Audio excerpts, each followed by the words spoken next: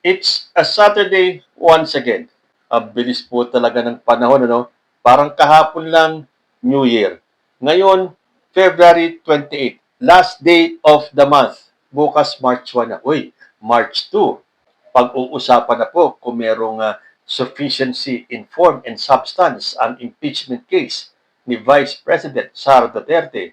Although may mga ilang grupo dyan sa House ang nagpahayag na mukhang hindi sila pipirma sa impeachment case ni VP Sara. Nakita nyo na yung epekto ng pananakot ng grupo ni Sara Duterte na siya ay tatakbo sa 2028 dahil may mga kongresista na natatakot na baka pag nanalo si Sara Duterte, mawalan sila ng pondo. What if kung hindi siya manalo? Bakit naman kayo nakasigurado na mananalo si Inday Sara? Kailangan pa daw nila ng more and new evidences. Bakit? Hindi naman nadinig ng tao kung ano ang nilalaman ng impeachment ni Sara Duterte dati. Bakit noon kayo ay pumirma? Ngayon hindi na, dahil kailangan nyo ng bagong ebidensya. Hindi pa nga napag-usapan yung mga ebidensya doon sa inipit nilang impeachment case ni Sara Duterte. Napaghahalata kayo. Natatakot kayo na mawalan kayo ng pondo kapag nanalo si Sara Duterte sa 2028. Diyos na po ang bahala sa inyo. At apektado din kaya ang mga kongresistang ito sa pananakot ni Lauren Badoy nung naglabas siya ng warning na ang bumoto sa impeachment ni VP Sara sisiguraduhin ng buong Pilipinas matatalo sa 2028. Bakit dinamay niyo yung buong Pilipinas? Parang siguradong sigurado kayo, no? Pero ako, I still stand to what I said. Sara Duterte will never be President of the Philippines. So dahil sa Sabado ngayon, weekend, chill-chill po muna ulit tayo. At dahil marami ang nagustuhan ang ating series ng mga kabataang Gen Z sa kanilang pangbabasag sa kasinungalingan at kayabangan ng mga DDS, part 5 na po tayo. At ang panimula natin, itong sinabi ni Greco Belhica. Ito ay tungkol sa mga tumanggap di umano ng mali-malitang pera ng ating mga kongresista. Sabi ni Greco Belhica, dapat sagutin, pero siyempre, itatanggi. Dapat mag-resign, pero siyempre, hindi. Dapat may delikadesa, pero siyempre, kakapit sa pwesto. Dapat isara na ang Kongreso, pero siyempre, ayaw. Dapat public servants, pero servants of power and money. Do the honorable thing. Resign. Then defend yourselves. Do not use the position to protect yourselves and obstruct justice. Do not stay in position and cast doubt on the investigation. Let justice go on its course. Honorables. Naku, ganun na pala talaga ang kalakaran ngayon. Pag ikaw ay pinagbintangan, mag-resign ka kagad kahit na hindi pa napapatunayan, kahit na wala pang investigasyon, kahit na wala pang proseso na dumadaan. Hindi ba? Meron tayong due process. So, kapag pinagbintangan si Sara Duterte na magnanakaw, dapat mag-resign na siya because that is the honorable thing to do. Edi dapat kasama si Sara Duterte dyan. Kasi ang gusto yung mga DDS, EJK style. Wala nang process. Wala na kayong pakialam sa rights. Basta na pagbintangan lang, may nag-trick na pagbintangan si ganito, si ganyan, kailangan mag-resign kagad. Ano ang sagot sa kanya ni Miguel Ramos? Nakakatawa ang kagaguhan ng peking 18 Marines. Nagpakilalang ex-Marines. Tapos pag di alam ang sagot, ang sasagot yung pulpul nilang abogado na sa paway daw nakatira si BBM. Pinadalan pa daw nila ng maleta si Erwin Tulfo, Laila De Lima, Terry Ridon, Tito Soto at iba pa.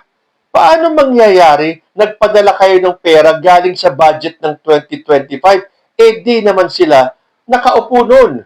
Palpak ang script. So sinasabi ni Miguel, hindi lang si Laila De Lima ang hindi pa nakaupo nung time na sinasabi ng mga marinong to na pinadalan sila ng pera, ng mali-malitang pera. Kasama pala dun si Erwin Tulfo, Terry Ridon at iba pa. So, napaghahalata na mali talaga yung script. At paano tayong maniniwala dyan? Hindi ba inamin ni Atty. Baligad or Baligod ba yun? na oversight yung pagkakalagay niya ng pangalan ni Laila de Lima sa listahan ng mga congressman na tumanggap ng limpak-limpak at mali-maletang pera. So, dapat pa ba tayong magtiwala sa abogadong ito? Ito natutunan ko kay Atty. Jinky Luistro nung sinabi niya na falses in uno, falses in omnibus. Na ang ibig sabihin, false in one thing, false in everything.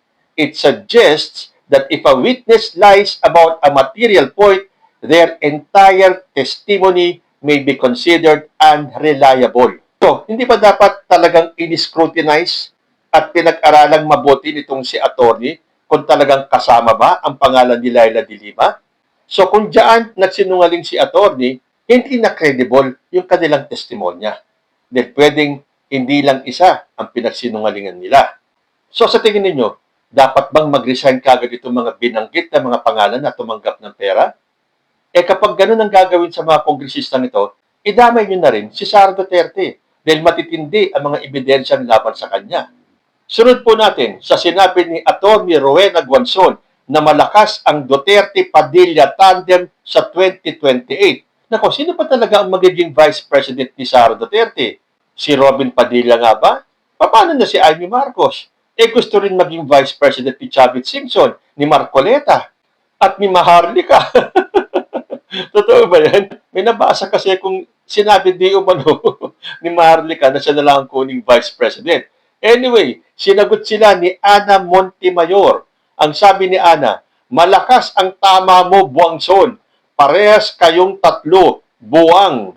Parehas walang alam. Ipagpapartner mo bilang presidente at vice president para tayong naghalal ng grade 1 at grade 2 student sa Malacanang. Baka manalo pa, tambay dyan sa debate. Ay, naku, naalala ko tuloy.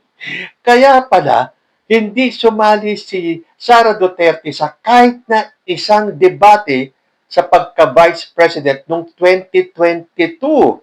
Siyempre noon, dahil tayo ay maka-uniting, BBM Sara, hindi na tayo nag-isip kung bakit ba hindi sumali itong si Sara Duterte sa kahit na isa. Dahil nung una, ganyan din si Bongbong Marcos. Hindi sumasali sa mga presidential debate. Pero meron siyang pinagbigyan. Yung istasyon na hindi pa kilala noon, na nakilala lang dahil kay Bongbong Marcos, ang SMNI. So, kaya pala, now you know kung bakit hindi sumali si Sara Duterte sa kahit na isang vice presidential debate dati. So, sa tingin ninyo, malakas nga ba ang Duterte-Padilla sa 2028? Next natin, itong sinabi ni Representative Edgar Egay Erice. Sabi niya, President Marcos, Vice President Sara, para sa kabataang naririto at para sa mga nahihirapang Pilipino, mag-resign na po kayo. Oy, ito matindi. Pinagre-resign niya ang presidente at ang vice-presidente. At sinabi pa niya, para daw sa mga kabataan, kaya dapat mag-resign na si President Marcos at si Vice President Sara Duterte. Ano ang sabi ng isang kabataan na si Mitch de la Peña? Sabi niya, presidente ang nagtatrabaho, tapos gusto mo mag-resign? Kung si Sara Duterte na useless at walang ginawa, pwede pa. Samahan mo si Sara Duterte mag-resign, Erice, dahil parehas naman kayo useless. Parehas naman kayong naninira sa gobyerno at gusto pabagsakin ang administration ni Marcos. Imbis na tumulong at magtrabaho, manira na lang sa gobyerno. Yan ang mga style ng mga walang kwentang opisyal. Aray ko, Mitch de la Peña. Next natin, si Luis Chavit Singson mukhang nagbabalak na naman tumakbo sa pagkasenador sa 2028 dahil ang tingin niya talagang kailangan siya ng taong bayan. Sabi ni Chavit Singson, iniisip ko na rin na tumakbo uling senador dahil sa mga pangyayaring ito. Kailangan may magsalita sa Senate. Pambabasag sa kanya ni Russell Perilla, may mga kaso kang plunder, tapos tatakbo ka bilang senator, naninira ka ng gobyerno, tapos tatakbo ka bilang senador. Alam namin karakas mo, Chavit. mga pangsariling interes lang. Sa lugar mo sa Ilocos Sur, sinusuka ka na ng mga kababayan mo dahil sa katiwalian. Tapos balak ka pang tumakbo, kapal na ng mukha mo. Wala namang kayong magandang gagawin sa gobyerno at taong bayan.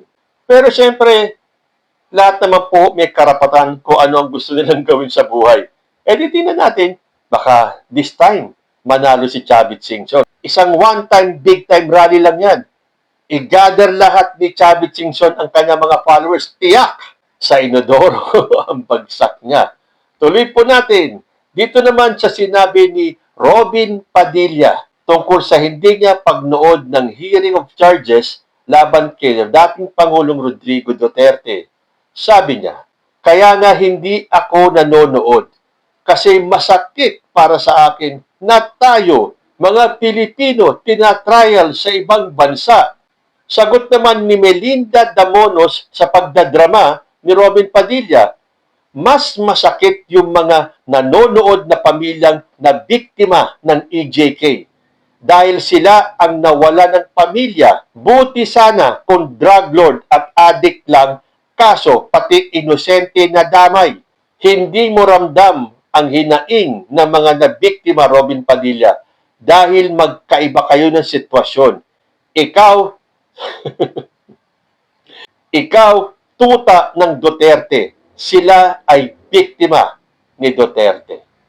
Pero siyempre, walang pakialam si Robin Padilla diyan sa sagot mo, Melinda Damonos. Dahil hindi nga ba, kahit nasunugin nyo daw si Robin Padilla, mangangamoy Duterte pa rin siya. Yan po ang senador ng bayan. Next natin, si Kiko Barsaga. Nung sinabi niya, bakit nila pinakulong si President Duterte? Dahil mas mahalaga para sa kanya ang buhay ng mga inosente kaysa sa buhay ng mga adik. Ay nako, di ba may mga inosenteng nadamay din dyan? Mga pinagbintangan lang, tsugi na. Sagot sa kanya ni Daryl Ginto, mahalaga pala ang buhay ng inosente. Bakit may nadamay na inosente sa EJK na ginawa niya? Adik pumapatay ng inosente. Si Duterte pumatay ng mga inosente. Ano pinagkaiba nila? Parehas lang silang pumatay. Justice para sa mga pinapatay ng adik na inosente. Justice din para sa pinatay ni Duterte na inosente. Walang masama sa hinihingi ng mga nabiktima ng EJK dahil mga inosente din sila. Hindi sila adik. Nadamay sila dahil sa reward system na ginawa ni Duterte. Uy, may point itong si Daryl Ginto ha. Hindi nga ba dahil may reward system? So kahit na inosente, para lang sila ay magka-reward, tutuluyan na nila. At ang ating panghuli, siyempre hindi mawawala si Harry Roque. Pagbabanta ni Harry Roque, itaga nyo sa bato, sisiguraduhin ni Inday Sara na mabigyang katarungan ang buong sambayanang Pilipino dahil sa ginawa nila kay Tatay Digong. Teka muna, bakit nadama yung buong sambayan ng Pilipino? Hindi naman lahat ng sambayan ng Pilipino ay maka-Duterte, Harry Roque. Ilan na nga lang kayo eh. Napakaliit yung porsyento. Kaya yung sinasabing mananalo si Sara Duterte sa 2028, sa mga rally nyo pangalan dito eh. Ni hindi umabot ng 5,000 kada rally. Nakikiride on na nga kayo sa mga malalaking nagrarally para sabihin na marami kayo. Tapos sasabihin nyo, mananalo si Sara Duterte sa 2028. Ni wala nga kayong maipakitang prueba dito. Kapag kailangan ng suporta ng mga DDS, hanggang social media lang kayo. So ano naman ang sagot sa kanya ni Dadan Hipolito? Sabi niya, itaga mo sa ulo mo, Harry Roque.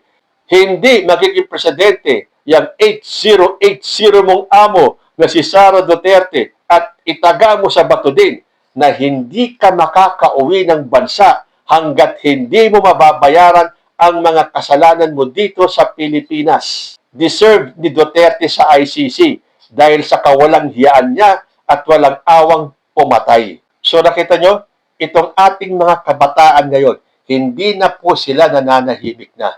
Part 5 na po tayo. Ang mga kabataan natin, sinasagot na, binabara na, binabasag na ang mga kasinungalingan at kayabangan ng mga DDS. And I'm sure, hindi ito magiging end of our series ng pambabasag ng mga Gen Z sa mga DDS. Kayo po, ano ang masasabi nyo sa ating mga kabataan ngayon? Comment lang po down below and I will see you in my next video. Diyos te agmina.